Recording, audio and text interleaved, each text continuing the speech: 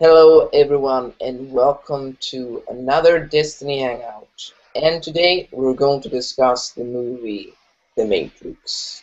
And we're going to give you a Destonian perspective.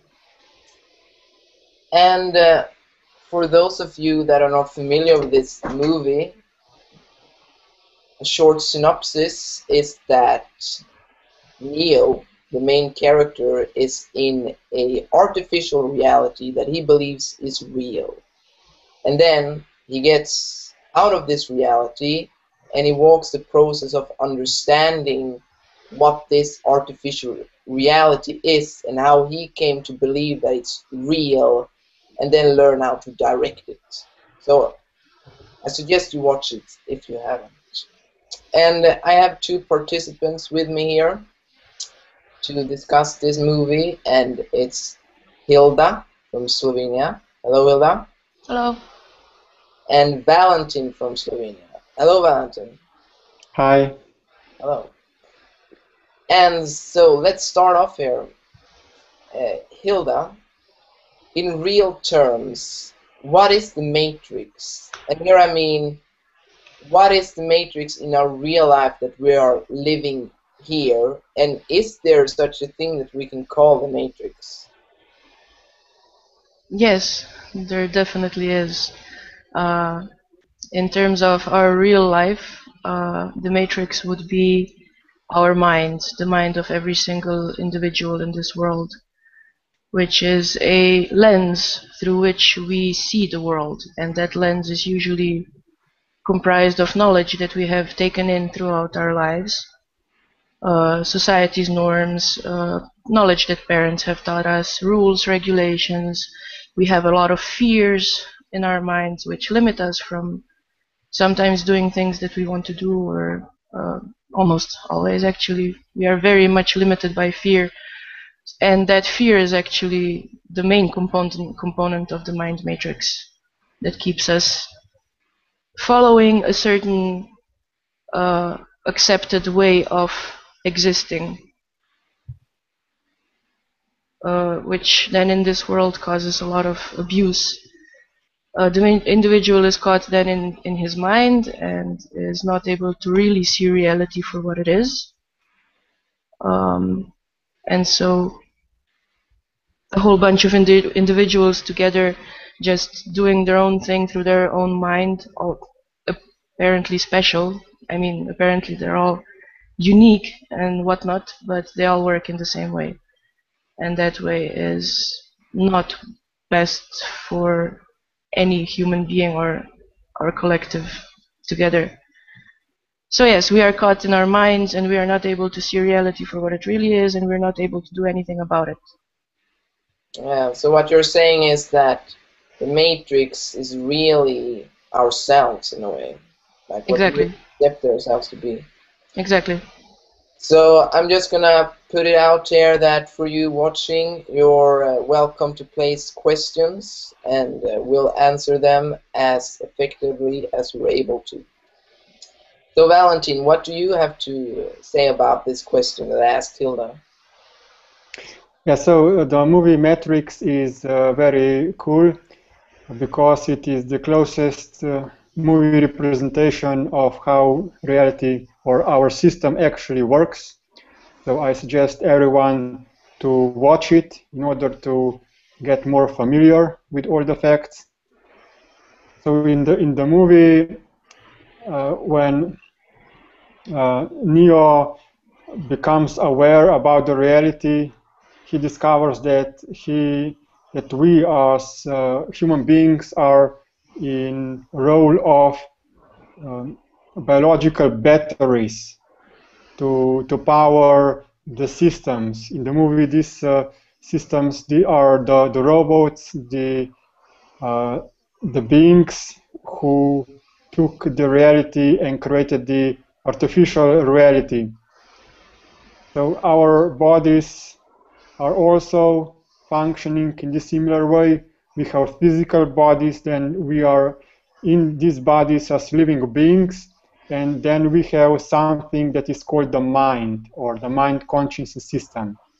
And this mind is creating the illusion of reality, and it creates conflict and it creates friction, and then the energy is created, it is sucked out from our physical bodies, and it was used to power certain dimensions. So the movie Matrix is a very cool, very detailed representation of how reality actually worked. So I mean, what you're referring to here is what we Destonians term heaven, the heaven existence, which is a concept that is it's explained on the interviews on Eqafe. I think Journeys into the Afterlife explains this point, and it's quite a vast topic. But I mean, on an overview, I can say that before 1998, or before, I don't know, a couple of years ago, the entire Earth and all the human beings living on it was actually, in a very real sense, batteries powering a interdimensional existence. Yeah. And so this is what you referred to. Yeah. Yeah. But if we draw a parallel to more real now times, yeah. We could say that we are still batteries which power a system that keeps 1% of the population in abundance. They have everything, they have control over everything, and we are just, you know, slaves or batteries that keep them on top.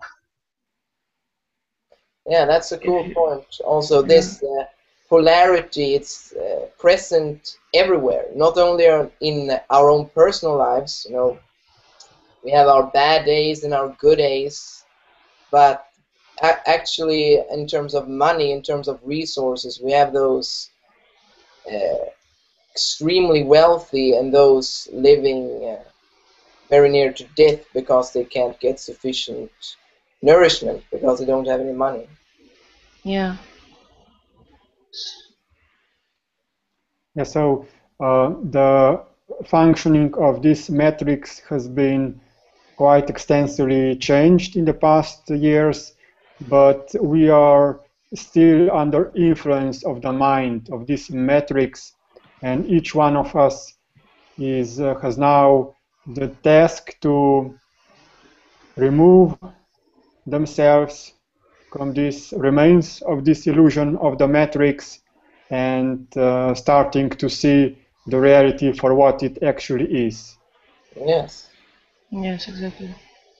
For instance, if an alien came to check out Earth and saw this polarity of having rich people and then other people starving to death because they don't have anything, I mean, if we just look at it from that perspective, it's completely preposterous. And what other reason could there be but that the human is enslaved with some ideas and perceptions and is unable to see that his co-human beings are actually suffering and dying? Yeah, we are not aware about the consequences of our actions. We are very limited. Exactly. And what, I mean, that is the entire polarity thing. Before our eyes, this energy veil that, yeah, so we don't see the physical, real actions, we just see what we feel, and that's justifiable to us. For instance, we will walk past a homeless person and we will make all these justifications and excuses and explanations in our head for why it needs to be that way. We do not see the reality of this person is cold and hungry and nobody is helping him. No, we have our whole bunch of words in our head that explain this and justify it. And suddenly it's okay, although it's completely not. Yeah, so I mean, we can conclude we have a problem, though we're not here only to share the problems of the situation, but this hangout is in fact part of a solution, because we here on this Hangout, we do have tools that we use to support ourselves to get out of this polarity enslavement system, and that is self-forgiveness and self-commitment statements and writing. But we won't go into that right now because we'll continue with some questions that we have prepared there. Okay. So, in terms of insights and realizations, what scene or character in the Matrix did you find the most fascinating, and why? Yeah, so for... Yeah, Sorry. you can go. Okay. For me, the most fascinating scene was when Morpheus told Neo that he felt his whole life that there is something wrong with the world, but couldn't quite explain it or put his finger on it. He just felt it. And when I saw that scene for the first time, I could absolutely relate to it. And I remember a friend telling me that his friend actually kind of lost his mind because of this, because all of a sudden he started asking himself, what if all of this is real? What if the Matrix is real? And I wonder if he ever understood how close to reality he was. But to me, this scene completely resonated with me, and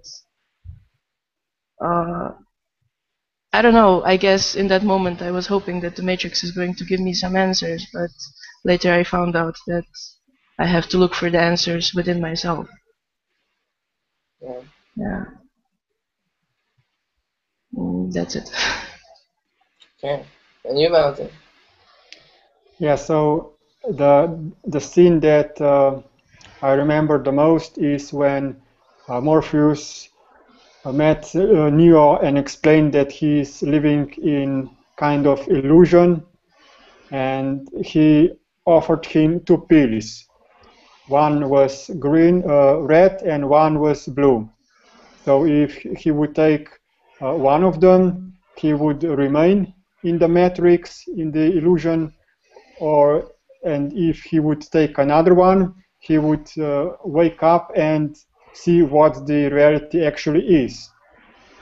So this indicates that we all have like a free will option. We have to decide for ourselves if we want to remain in this illusion or if we want to actually see the reality. No one can force other to change. We are ourselves responsible for continuation of living in the illusion or to open our eyes and transform ourselves.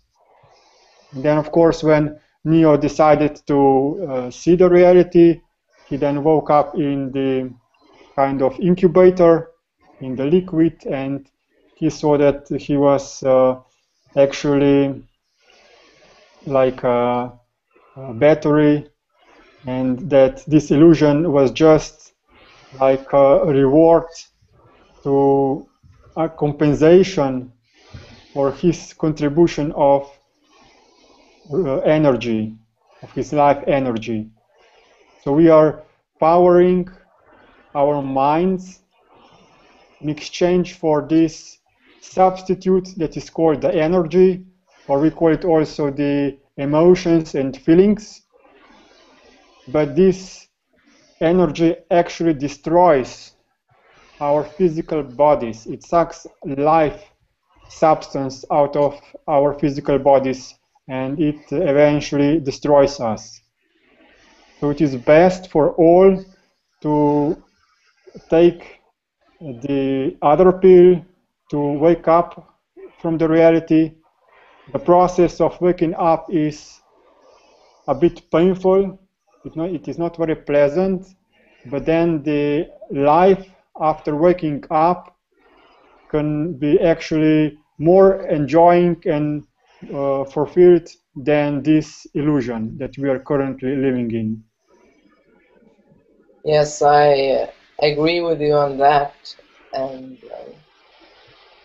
from my perspective, the process of waking up has been a a decision that I have made and that I have continued to make day after day after day as I've pushed myself to see beyond the illusions. And the illusions are not out there.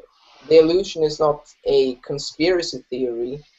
The illusion is actually me and what I think about things. And when I believe that a thought that I have about something actually shows me reality.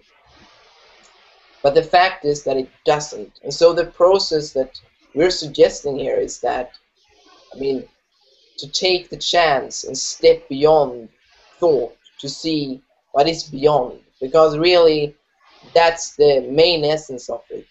To trust oneself that without thoughts, feelings, and emotions, we're still here, still able to function and actually able to understand much more of what is going on. Exactly, because you're able to see it without the emotional veil. For instance, if you're afraid of water because something happened in your childhood, you will not be able to see the, I don't know, river or sea for what it is, but you will see it through this energetic fear of water, and you will not be able to, enjoy it, for instance. You will not be able to live with it, to actually experience it. Yes, Yeah. exactly. And in terms of water there, for example, if without the fear, it would simply be a realization that, I mean, if I go into the water and I can't swim, I will drown. I don't want to drown, thus I find a practical solution. I learn to swim, for example. I take swim lessons, and then I can go into the water and have fun. Exactly. This is a very good point. I've been getting a lot of questions about whether fear is good, and whether, what if I remove my fear, then I will, be fearless, and then something might happen to me and I will not see it because I didn't have the fear to warn me. But what you just said is that when you remove the fear, exactly, you see the practical solutions. And you are able to, direct yourself towards learning to swim, or, avoid a certain situation that you can see is plainly see that it's dangerous. Yeah, exactly. Yeah. So we've got a question here from Rebecca Dalmas, Mm. and it's like this: what do you say to how media tells a truth and then connects it to fantasy? We always say to ourselves, well, things could be worse. Thus using worst case scenario fantasies to justify remaining the same. Is this not what we do within ourselves? Yes, exactly, it is. Actually, this is again this fear of action, of speaking out, of standing for something that we know is good for our life. It's This is the way. This is how we justify not acting, not standing up. It could be worse. So as long as we are safe, we will not stand up or speak out for people who are worse off. Yeah. Exactly. It's fascinating because in the Matrix there is actually this character that wants to get out of the Matrix. Or no, he has been withdrawn from the Matrix, but he wants to get in again. Mm. And so he makes a deal with the system and the agents that they are to reinsert him in the Matrix and make him forget everything if he betrays Neo and the good guys. And so that's in a way that, he makes the statement that actually he doesn't even think that it could be worse. He just, he just gives into the niceties of artificial experiences and totally blanks out on what is real. Yeah, exactly. Parallel could be drawn to taking drugs, for instance. It's the same. We take drugs to feel good and ignore reality. Yeah. And Yeah, there's many kinds of drugs. Yeah, what are you going to say? Yeah, so taking drugs is like entering the matrix within the matrix, creating the third kind of illusion, or actually it's just expanding, exposing the matrix for what it really is, for the mind. Taking drugs or also like practicing some kind of meditations, we can get deeper into our minds, into our fantasies, and we can there even more extensively escape from the physical reality. Yeah. But the fact is that eventually we have to get out. What sustains the mind is our physical body. And for example, certain drugs can deteriorate physical body very quickly, very extensively. And when our physical body dies, also the mind dies. And then the game is over. So best is to realize that the sooner as we expose the mind for what it is, and that it does not bring us any long-term benefit, that it is just procrastination, then we can get out of this illusion and enjoy the real benefit of becoming life, of enjoying life through the physical bodies, to express ourselves for the first time fully. So this is much better than anything that mind can give us. Yeah. So I will continue with the next question we have here. And so when Neo is in the training simulator, in the beginning of the movie, he walks past a woman dressed in red, and he kind of checks her out like that, like, I like that. And then he walks a little bit more, and then Morpheus tells him, you check out that woman in red. And then Neo says, yeah. And so Morpheus says, look at her again. And then he turns, and then this woman is an agent, you know, one of the bad guys, having a gun pointed against his head. So what does this symbolize in terms of the process we are walking, and in terms of standing in the system? Yes, this actually represents how humanity is blinded by pictures, actually. We are especially driven with sexual energy. So every individual is actually, the core of every individual is the drive for sexual energy. Whatever anyone does, it's always somehow connected to sex. You know, gathering money, trying to be fit, eating healthy, whatever. You can always kind of connect it to sex. Anyway, sex is the power that drives the mind. Very subtly, of course, but it's there. So while we are so caught in our own sexual desires and pretty pictures like this, we completely miss that what is going on in the world is absolutely abusive. That what we are doing as a species is kind of killing the whole planet, and we are killing ourselves with that. And we're not noticing it because we only see the woman in red. So we don't really see how exactly we abuse, how exactly we support this abusive system by, you know, buying nice products that are shiny and new and exciting. We do not even see the implications of, for instance, how that product was made, that it was made by slaves in China probably, and so on. We just see the shiny woman in red. Yeah. And you, Valentin? Yeah, so from my perspective, the woman in red represents a typical sex symbol, and the sex is used in a lot of advertising industry. This exposes that we as human beings do not actually decide based on common sense, but based on our sexual impulses. We do not act rational, we act emotional.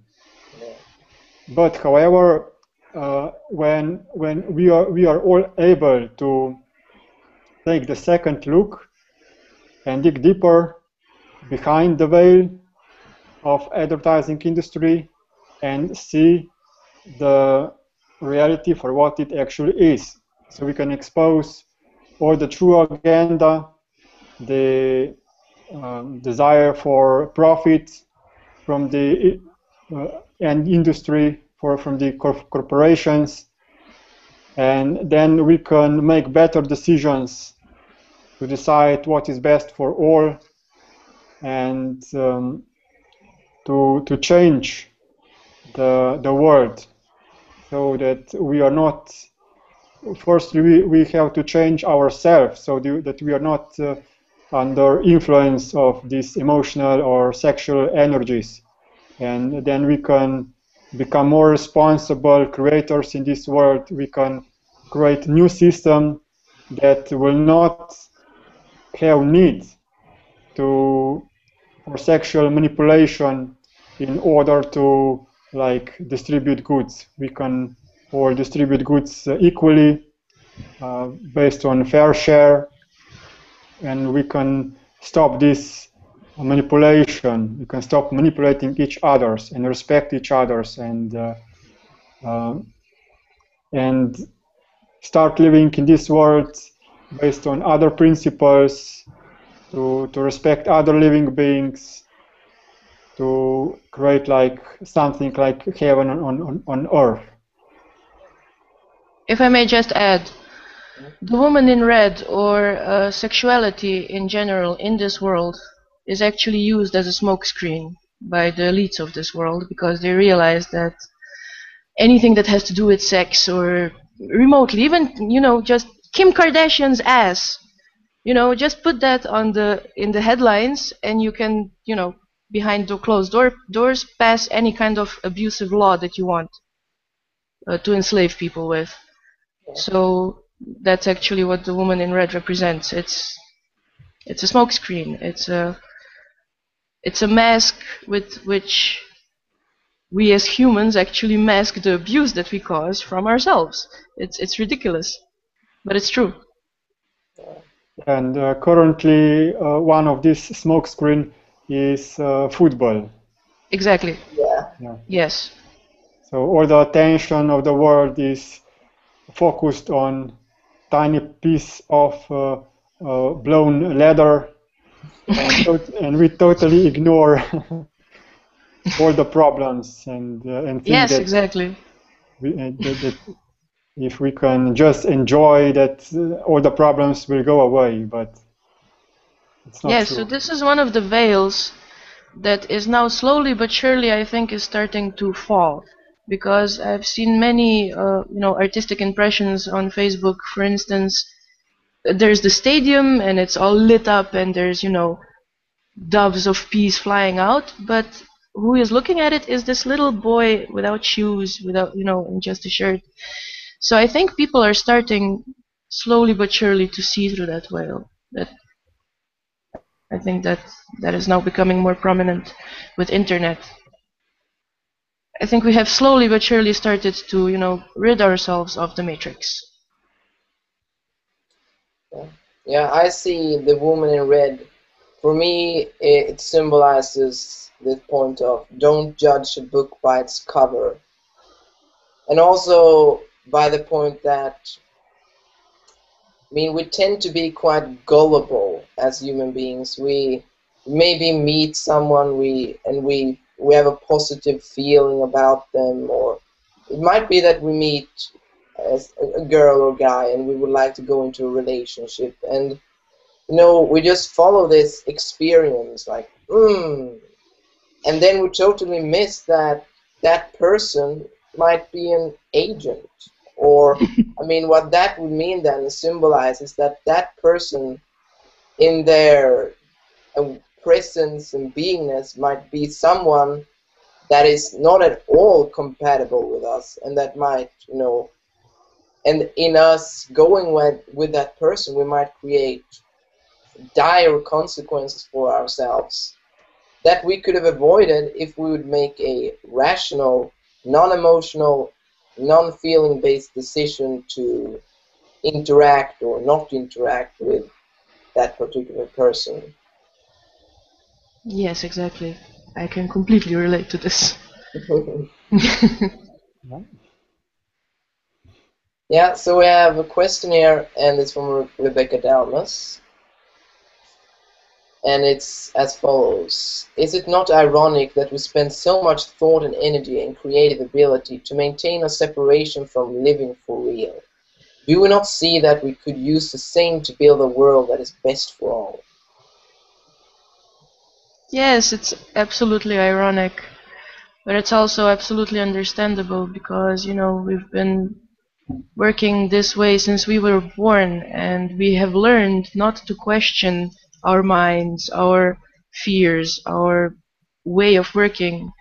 So it really takes a commitment made in awareness to actually stop that and to actually take the red pill and get out of the matrix. So the solution here is, those of us that are determined about stopping the illusion within ourselves, to then stand as examples of that and show to other people also that there is another way of existing. Yeah. Yeah. Without fear, without limitations, in harmony with the planet and with everyone else. And do you want to share something on that, Jonathan? So if we can look at how much energy, time, money we spend for amusement, for entertainment, like the football that we just mentioned, and especially for the keeping of the war machinery, then all these funds could, if all these funds would be directed into changing the system into what is best for all, we could all fix the situation in this world very quickly. Yeah. It's really a waste of resources that we still do not want to get together and support each other equally. Yeah. And we can relate it to ourselves as well. How, for example, myself, let's say I see that I have had a difficult day and I see it would be cool for me to sit down, write a little bit, check out what has happened. It's actually within those moments, often there is this desire to not do that, but rather do something that I find to be fun and energetic, charging me up energetically. Yeah. And it takes actual commitment to push through that and then not do it and, rather write and clear another veil of the matrix. Yeah. But it can be done, absolutely. We can. Okay, so we have another question, and it's from Adele. So, can you talk about the idea that Neo might be the one? Do you think that is about him being a savior? Yes, this is actually where the movie kind of supports our actual matrix, where it emphasizes the idea of a hero, of a savior, of someone who is special and who is born with those abilities or has been, I don't know, given those abilities. In any case, him being the one is diverting the attention from the reality of the 7 billion of us being all together collectively responsible. Each and everyone has their equal share in, creating the world. So we are all equally responsible for the way things are. We are all equally responsible for allowing the world to be the way it is. So we are all equally responsible for fixing it. We cannot wait for a savior or someone who is apparently better than us who is going to see this, but we need to realize that the one does not exist. Yeah. The one we're waiting for is ourselves. It's ourselves, exactly. Yeah. Yeah, so I agree with this that if we just wait for some kind of Superman or savior like the new Jesus, the Maitreya, that a lot of people are waiting for, this is all distraction. It is also the illusion because it keeps us in hope that someone will come and change the world and clean our own mess that we are doing. But actually, we are all equally responsible living beings. We all create this world together equally. Of course, some are in the positions of more power, but we can all change ourselves extensively and put ourselves in the powerful positions, and then we can all together jointly contribute to more extensive change very quickly. Yeah. Yes. So we're all the one.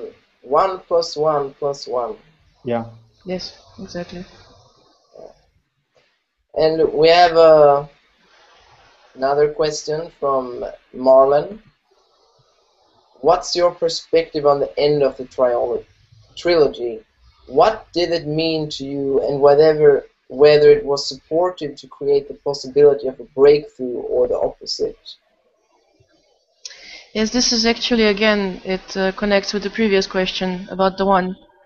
At the end of the trilogy, if I remember correctly, it was again Neo who saved the whole thing. Although all of Sion realized that they need to work together, and they also worked together, and they joined efforts, and everybody was doing something. But it was still Neo who did the lion's portion of the saving. So this is something that we need to overcome. We need to overcome the idea of heroes, of saviors. And we need to realize that we ourselves need to really save this planet. The possibility of a breakthrough. I think it didn't support the idea of a possibility of a breakthrough, because it kept perpetuating this idea of a hero saving us. Yeah. So that's a part of the movie that we should actually ignore and realize that it's up to us, each and every single one of us. Yeah.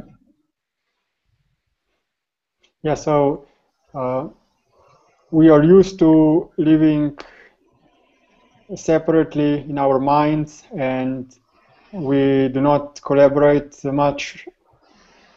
And the biggest challenge for humanity is to get together to the same goal.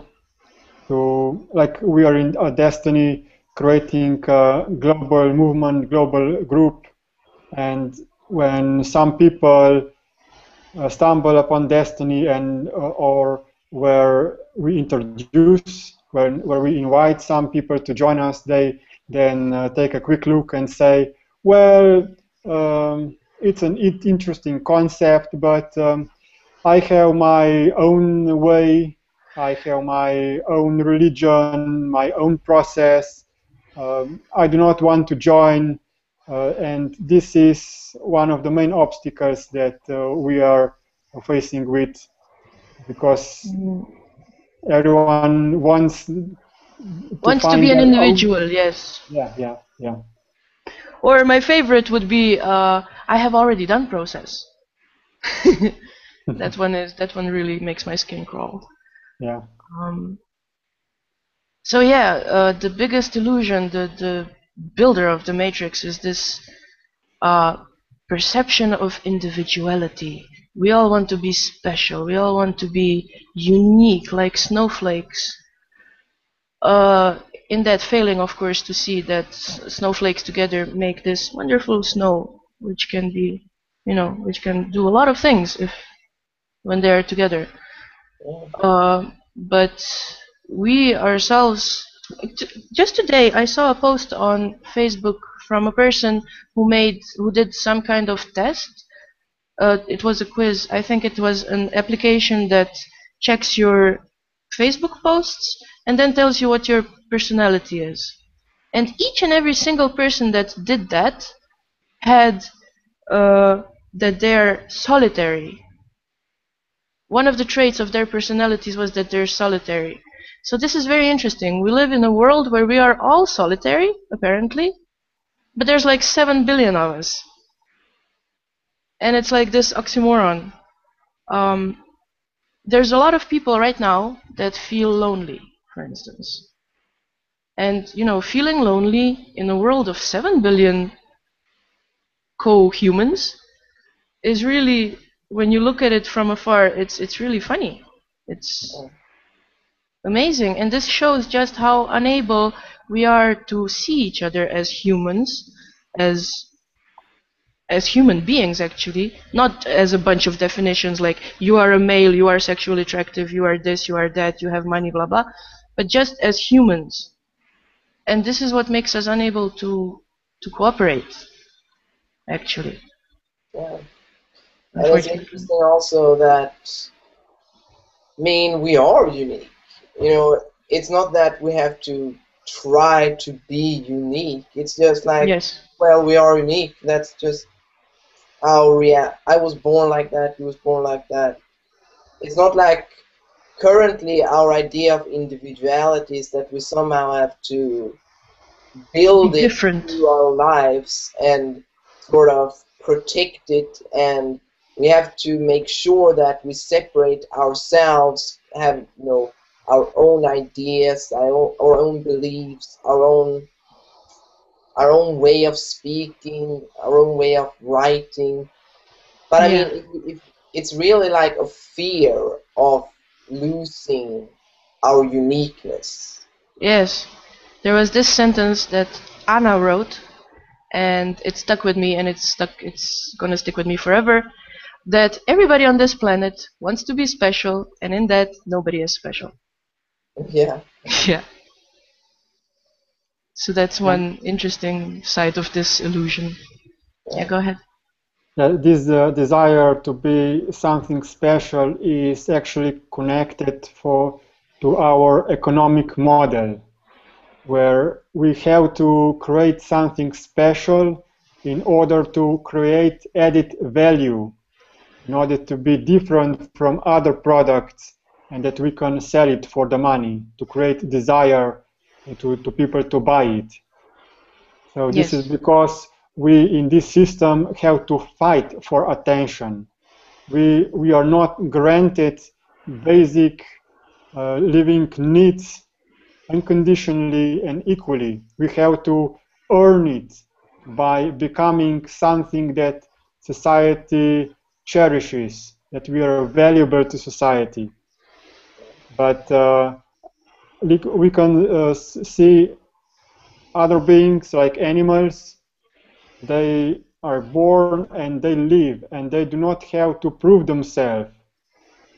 So why do not just create the system where the system values the humans, each human as life, and that we are equally supported as life, and that then what we do is not our competition to prove that we are something special, that we must win the match and leave others to lose, to be losers. We can then fully express ourselves without any desire to take others down. Yeah. Yes, in this we would learn to cooperate and actually manifest a world that is good for all. Yeah, I think, I mean, what we're talking about now, I think we're touching on one of the primary enslavement mechanisms. And I mean, there's even a saying, divide and conquer, because the elites of this world, those who have been in a position of wanting to conquer others, they know that, for example, if you want to conquer a land, the best way to do so is to divide the people of that land into smaller compartments, and then you take them on one by one, and that way you have a much easier victory. And so that is what happens in our world, where, you know, we face these major issues in the world, both within and without. Yet, because we all want to do it our own way, and we want to see things our own way, we're unable to, you know, utilize the force that comes with numbers. Yes, exactly. Nicely put. Yeah, I can give you an example where, from my personal life, I wanted to help others, to assist others with counseling, with psychotherapy, and I had my own office, and a lot of people came to me, and I listened to them, and I wanted to assist them, but then I noticed that what I was doing was had very little effect to the change or in this person's life who visited me, and even less effect on the whole humanity, the whole society. So from this realization, I understood that I have to join some kind of group of people where there is very detailed understood how the mind works, and that the group is very stable, and that we are able to collaborate together and create greater projects. And I'm very thankful that I discovered this Desteni Group, where I am the part of now for about, I think, 5 years. And it is proven to be very stable, very effective. So I would invite all individuals who want to make this world a better place to join this group, because only with group effort we can reach this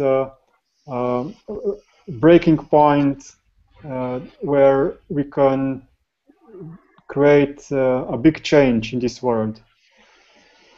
Yeah. So let's move on to the next question. And what is the symbolism of Neo dying, then resurrecting, and at that moment, after having been resurrected, being able to see and direct the system? And how can we relate this to the process that we're walking? Yes, maybe this reference is going to be a bit harder for someone who doesn't know what we do at Desteni. But at Desteni we walk a process in which we actually remove the ego. We remove thoughts, feelings, and emotions which make up the ego. And we actually, basically, practically, kill our personal lens. We remove this personal lens of feelings and emotions. So basically we kill the ego, and what remains is life and a clear view of what is actually going on. So now all of a sudden we are able to see reality for what it is, and we do not have any emotional reactions to it. We don't have any fears or perceptions or beliefs. We don't feel inferior to it or superior to it, and therefore we are actually able to direct it to in a direction that would be best for all, that would have an outcome that is best for all, not just for our personal individual ego. So that was a very good scene, if you wish. I mean, reference in the movie, which I doubt anyone else would really understand, but the Destonian. I'm not sure. But yes, Neo had to give up everything he was in order to become what he became. Yeah, I found it fascinating because when he dies, what happens is that he sees the entire world in numbers, like green numbers. Yeah, And he sees the code. yeah, it is the code. So what disappears is the picture. And you know Yeah. that we can bring that back to the lady in the red dress. Exactly. Because, yeah, if Neo would see the code of the woman in the red dress, you know, the basic structure of that person, he would be able to see that, oh, there's a sequence of numbers, a code, and this implies that there is a tendency within this woman to become, you know, really manipulative and angry, and that would then be the agent code, so to speak. Mm. Yes, he would see the woman for what she is and not through his own sexual desires, like he did in the first part, like he Yeah. did the first time. Yeah. Valentin, you want to share something on this? Yeah. So I would like to point out that this symbolism of resurrection is very similar to Christian religion or other religions where the Jesus resurrects and becomes new life, and that this symbolism is also used by many religions who attract the followers, and they go through the process of like dipping into the water, and then they are reborn. They are like new life. But this actually changes nothing. It just changes their perception in their own mind. Actually, if one wants to become reborn, it must walk patiently through the process of analyzing every single own accepted and allowed belief, mind pattern, ideal information that we accepted from our birth on.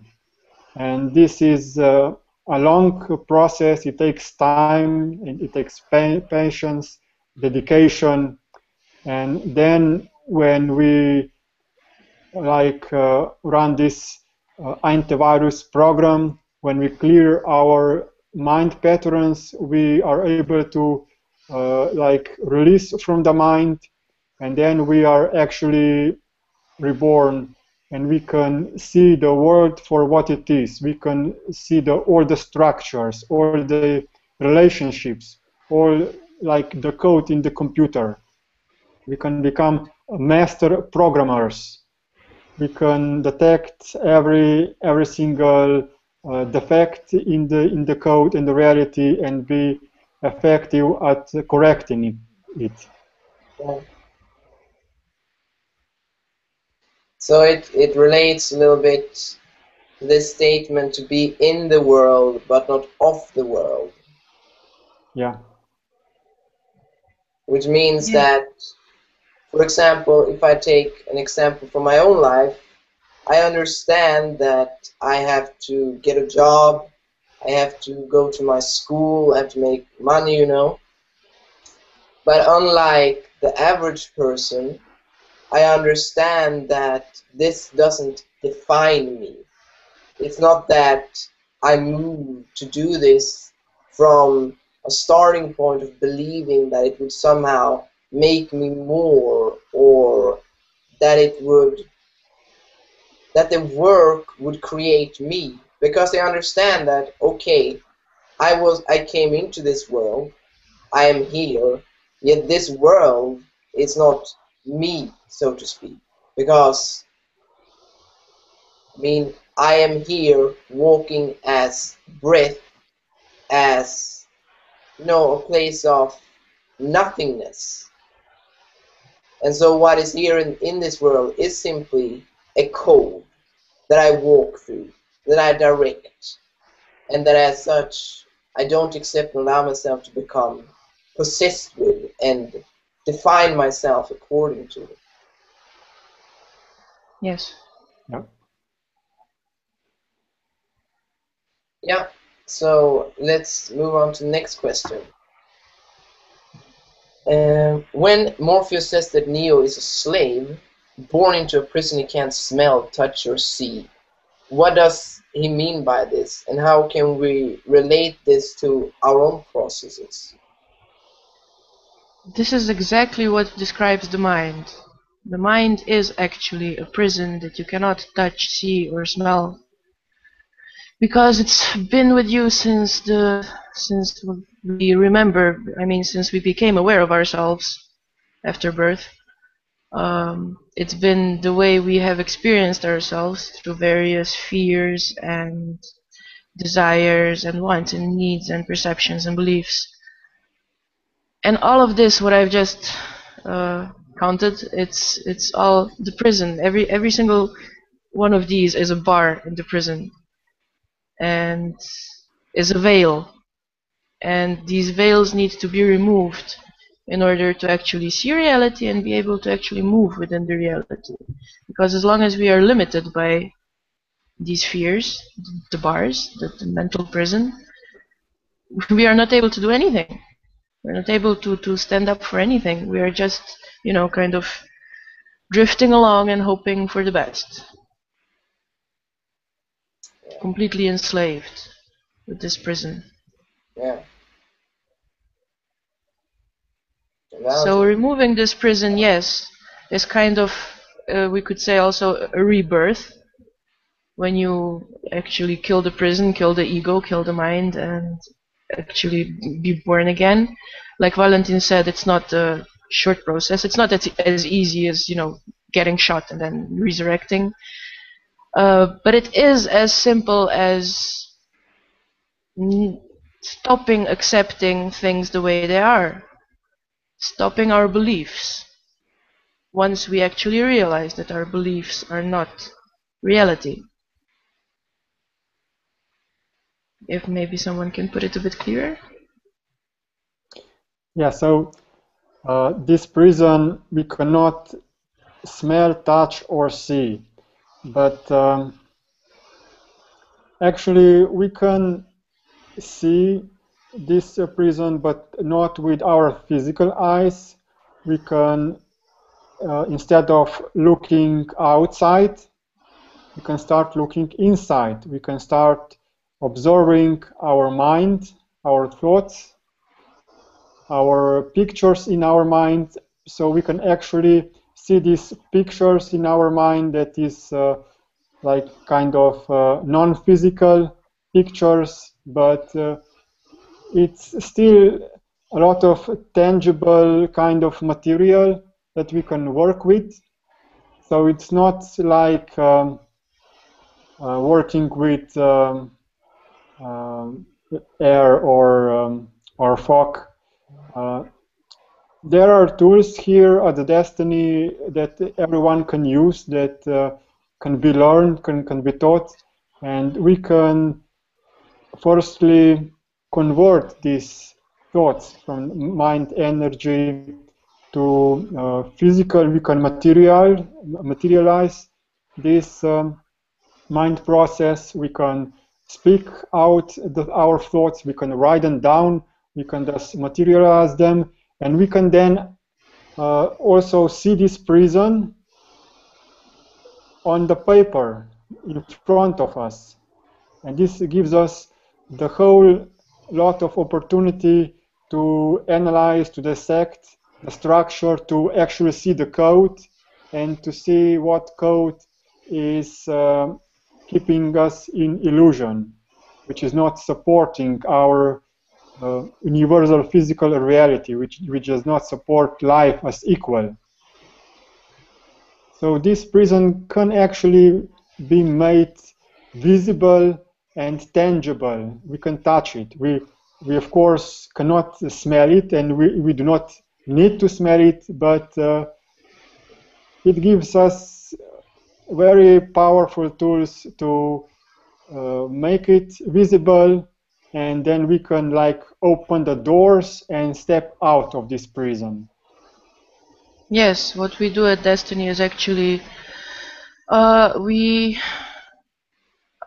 what all of us have realized who are walking process is that the outer world is actually a reflection of each and every single individual in this world. So us as well. We are a product of the system, and the system is a product of all people together. So what we do is remove the system from ourselves, which means that we look at our minds, we look at how we have created certain patterns of behavior, certain beliefs, fears, and so on. All of these are actually bars of the invisible prison, the mind, the invisible prison. And we slowly but surely remove these by writing them down, slowing up, because in writing we slow ourselves down, and then we can see clearly where the thoughts are actually heading, where we are going in the thoughts, and then we are able to remove them with self-forgiveness, and so we remove another veil and we are able to see reality a bit more clearly, which means also that we become less of the system, like Victor said. We are less of the system. We still exist in the system physically in this world, but we don't react to it emotionally anymore. So we're not guided by it anymore. Instead, we are actually able to see it and perhaps also direct it. So this is what we do actually at Desteni, removing the mind prison. Yes, and that rounds us off nicely. And what you guys have done here is you've actually presented the tools we use, which is the solution, and it's writing ourselves to freedom, then applying self-forgiveness, and creating the correction which we do through self-commitment statements. Exactly.